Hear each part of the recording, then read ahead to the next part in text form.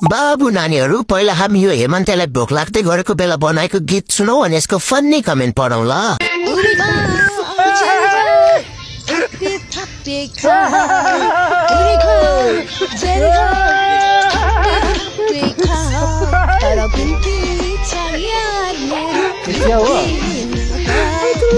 ल सुरु गरौँ।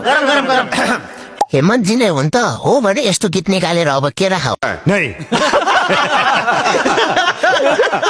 पुरी खाऊ चाहे जेरी खाऊ तर बिन्ती चाहे हेमन्त जी यस्तो गीत नगाऊ। मलाई केटी मान्छे पार्टीमा कमन पर्दैन। अबि हेमन्त शर्मा जीले गाउनुहुन्छ यस्तो गीत सोचेको थिएन। हेमन्त शर्माको आजसम्म पै झुर गीत गीतले नै गिद्दी खानी रहेछ। बात त सही है। प्रतिभाको सत्यानाश यसरी पनि गर्न सकिन्छ है।